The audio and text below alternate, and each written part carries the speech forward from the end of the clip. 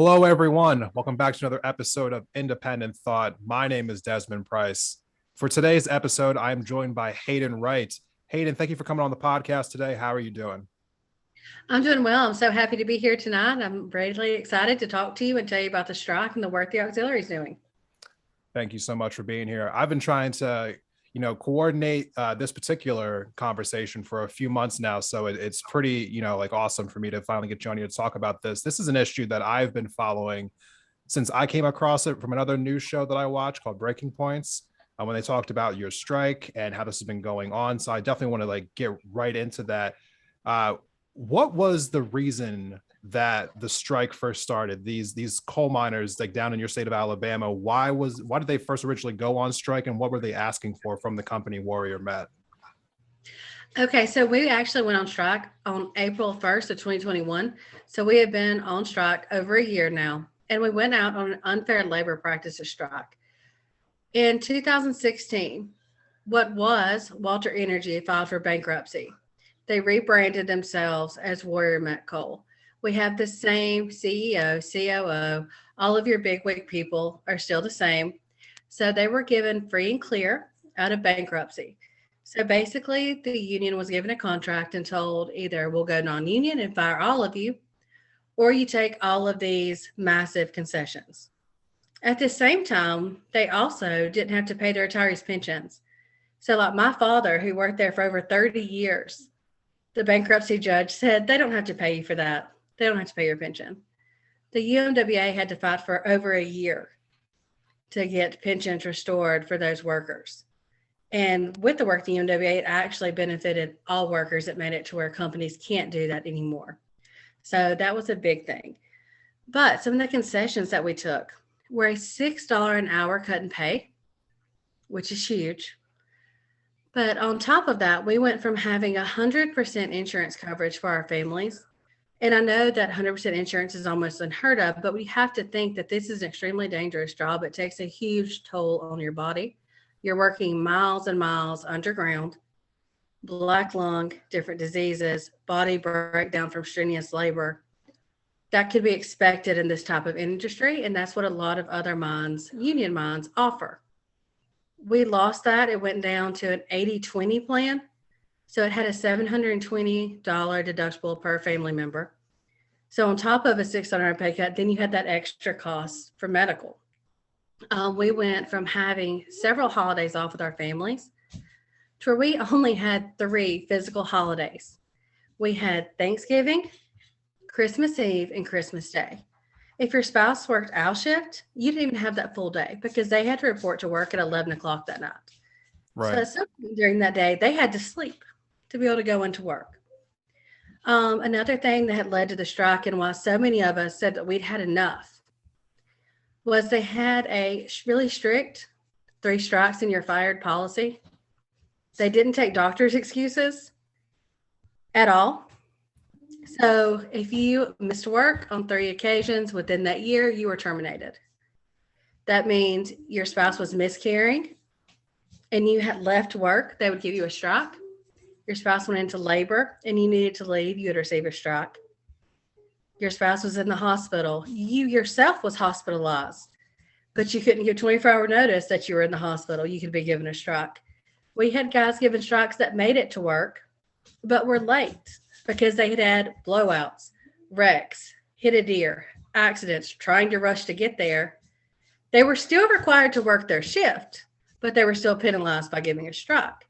So what that did is it left your families, and especially those of us at home, if something happened with one of our kids and they were in the hospital, if we were put into the hospital, if something was going on at home, most of the time we didn't even call them because we knew that it meant they could lose their job if they chose to be with their family.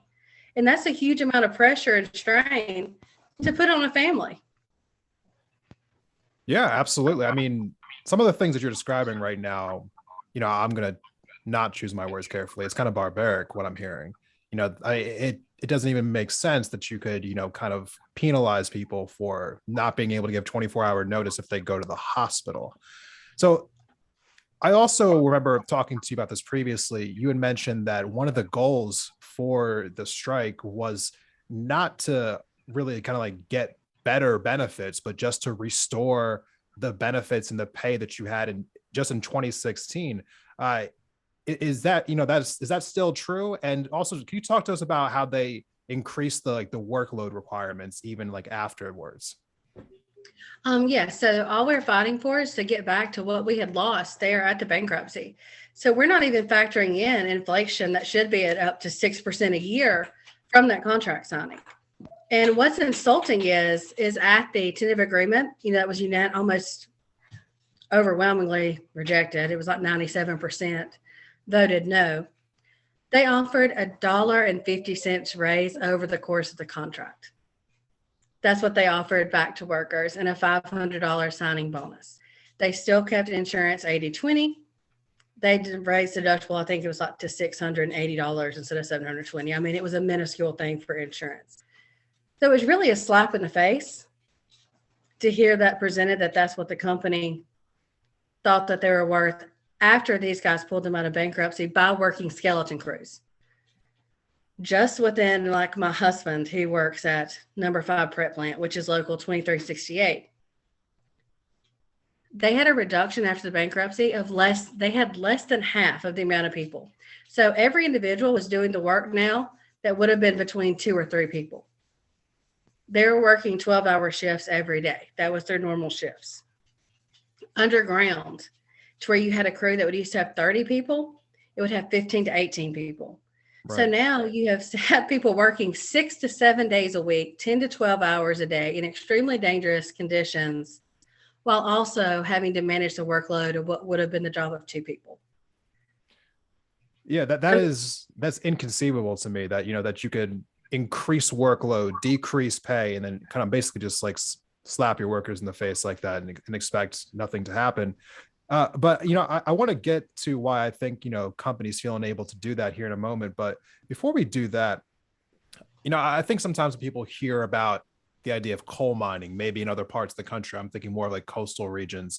We are constantly talking about things like climate change, over and over again, especially in these parts of the country.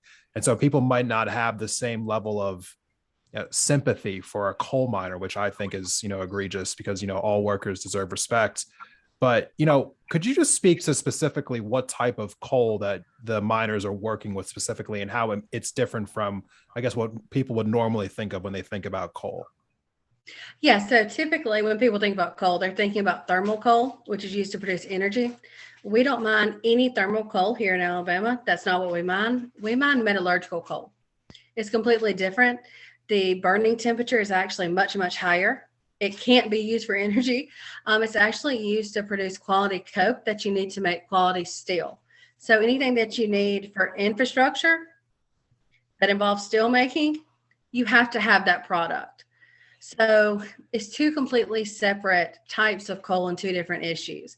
But I completely agree with you. When you're talking about worker solidarity, that's all workers in all industries. Yes. We can't help the situations that people are in and what jobs are available in their area. The workers don't control that. So no matter what, the workers should be supported. Right. You know what? Support is actually the perfect, segue that I want to go to now, because that is one of the things that I'm wondering about when I'm hearing about this company taking advantage of the situation, basically bullying their workforce into submission. My words, not yours. I would hope that politicians in your states would be showing up to lend some support, if not outright, trying to get involved in this negotiation process. Have there been politicians in Alabama who have stepped up to back your negotiations at all? There's been very few. We've had a few Democratic politicians come at the state level, and then, at the national level, that have shown some support. Like Representative England, he's come to some rallies and shown support. The Democratic Party in Alabama has. Birmingham DSA has been very supportive, done fundraisers. As far as the Republican Party, it's been crickets. Kay Ivey is allowing state troopers to escort scabs into work. She's allowing off-duty state troopers to police the mines, to work as private security. That's allowing union members to be struck by vehicles, allowing these things to happen on the picket lines. We actually had members go to Montgomery outside of the Capitol and ask her to come out and tell her why taxpayer money was being used in a company dispute. And while Right. she was supporting workers, that she was supporting hedge funds and private equity groups that are sending millions of dollars out of state, that is not supporting our local economy. So why are you allowing this to happen? She refused to make a comment, and she still has not made a comment. Oh my God. Yeah, having the police force be used as a private security detail seems like an egregious, use of state power. But I will save that conversation for a different day. I would let me transition a little bit here. Is the news covering this at all? Like, are local TV stations, newspaper outlets, is anyone really kind of like giving a voice to this movement down there? No, at the beginning of the strike, we really pushed, myself and a few others. We had Agochi Valoka come out, which she did some coverage the day of the tentative agreement. So we're talking about back in April 2021. Right. Talking about the strike. Since then, it's been pretty much crickets, unless the company puts out some type of propaganda video to try to smear the union or smear us as being violent. What they don't include in that is you manage to get 30 seconds of video clips that are edited together that don't show that you're running over our people first, Right. number one, and number two, you don't show what happened after it. And that's pretty much what our local media has done. They haven't really given us a voice at all. They've shown up for a couple of rallies, but most of the time it's a 10-second mention and they move on. That is just completely unbelievable as far as I'm concerned. The people of that state deserve better. Like, your workers deserve better. I thank you again for coming on and talking to me about this today. There are a few other questions I want to ask you, especially about like the protest in front of BlackRock and, like what exactly the toll this has been taking on the workers itself. But we're going to take a quick break. And when we come back, we will have more with Haeden Wright. Please stay tuned.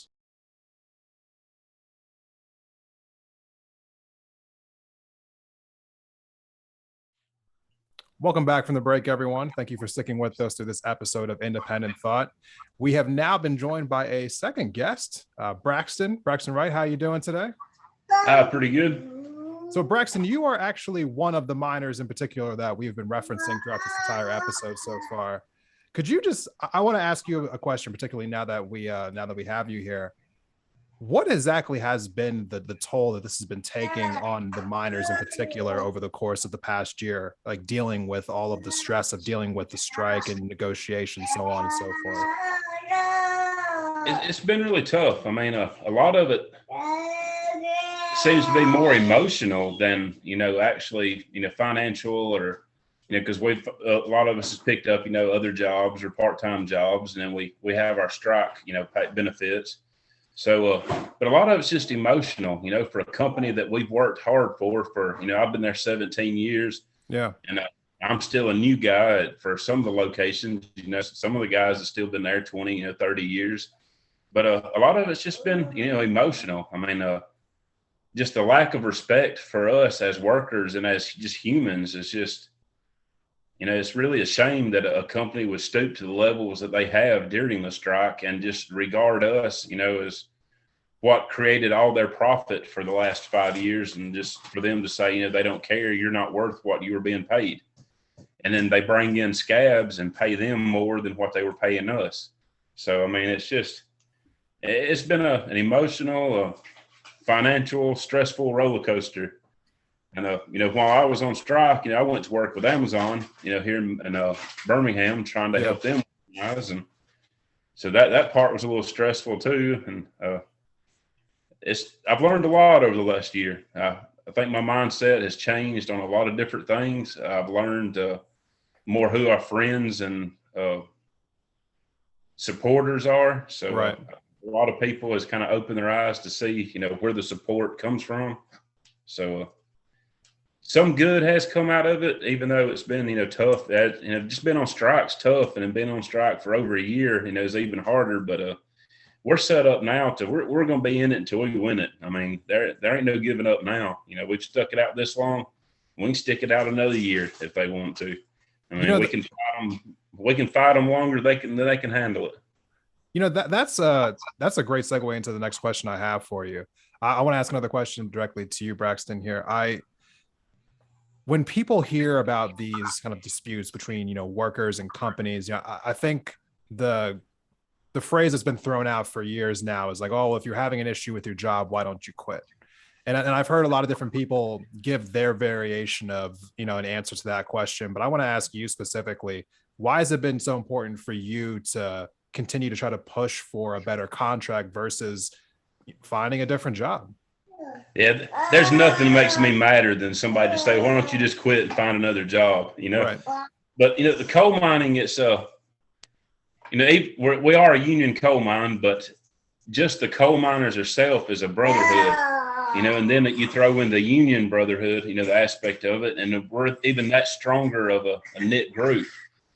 But it's kind of, most of us, it's generational work. I guess you could say third generation coal miner. My grandfather died from an accident from the coal mines. My dad went to work in the coal mines at like 17, which he didn't work for a couple of years before he realized it wasn't for him. Right. Once I got there, it was just, once it was in your blood, it's just in your blood. I mean, it's a job you enjoy doing. I mean, you enjoy, seeing a raw product turn into a usable product. So, I mean, it's a lot of challenges. It's not the same process every day. Yeah. I mean, and around here, it's hard to find, decent jobs. So. Yeah. So, when it comes to the negotiations with Warrior Met, with BlackRock, I heard that you had a protest in front of BlackRock last year. Have there been any like good faith negotiations on their part, like in the few times that you have spoken with them? With BlackRock or BlackRock or Warrior Met, have there been any kind of like good faith negotiations in the past year at all? Oh, I say over the last maybe 2 months has been better than the year before. Yeah. Sorry about that. But so the last 2 months or so has been we probably had longer talks in the last 2 months than the first year combined. Yeah. So I say there has been some movement. They're still wanting to. They've got a list of people they don't want to hire back because of hurt feelings or. They think they done something wrong to the company, and they're still trying to fight for the scabs to keep the scabs employed. So, I mean, we're still fighting them. It's not over. But there has been some movement, just not enough. Okay. No, I can appreciate that. Haeden, you were talking to me before about the strike fund. About like how it's been helping the families who have been going through this and how it's been able to kind of keep this going throughout the last year. Could you just tell me a little bit more about how that got started and what exactly the impact has been as far as how it's been able to help people? Yes. So there's actually two ways that people can donate. The first one is the Strike Aid Fund that was set up through International. And what that fund does is it gives $200 checks once it reaches the amount where those can be cut. So that's huge to help with utilities and those type of things while on strike. But then with the auxiliary, about a month into the strike, we had our first kind of meeting and we were like, look, we want to do something. And some other people had started kind of going to Grace Klein and picking things. We're like, but we have 900 people on strike plus their families. So 900. Yes. So we have 900 members on strike and then plus their entire family. Because when you go on strike, it's not just the individual on strike, the family is on strike. Right. My kids have spent the last year of their life at least 2 days a week or more at the Union Hall, at a strike rally, on the picket line. They're very much involved with the strike. And I think that's one thing people don't realize, that there's so much more that goes on besides just picketing when people are on strike. And so what the auxiliary did, several of us got together, like myself, Connie, Cherry, were some of the first ones at the original meeting. So we got together and we were like, we want to form an auxiliary.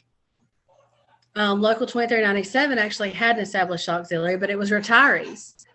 It's retired female miners and male miners. So it wasn't necessarily younger people that were actually striking.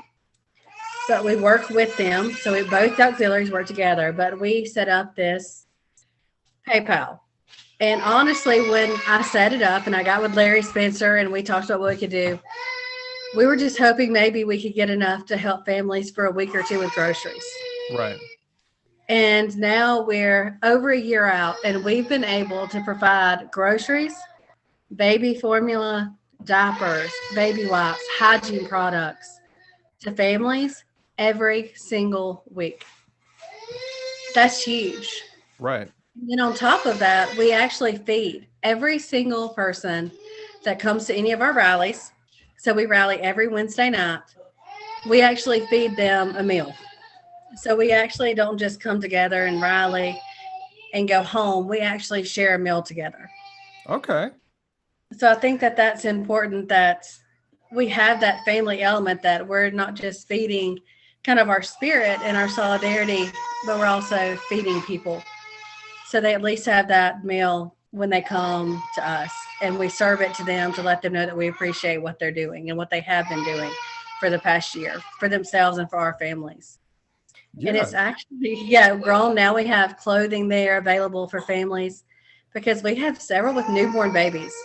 And with the formula shortage right now, we have been panicking a little bit because we know that's a huge need. And now we're struggling to be able to fill it. Right. And while you're on strike, you don't have money to get on eBay and get into a bidding war and pay $70 for a can of baby formula that your child needs to survive. Right. I mean, that's crazy that it's come to that, but that's what it is right now. So we do all of those things as well. We did a back to school bash to where we gave all of our union children backpacks and school supplies. We did the big Solidarity Santa event to where families were given Christmas gifts, and we did a big event where we all came together and ate and sang Christmas carols and made Christmas ornaments.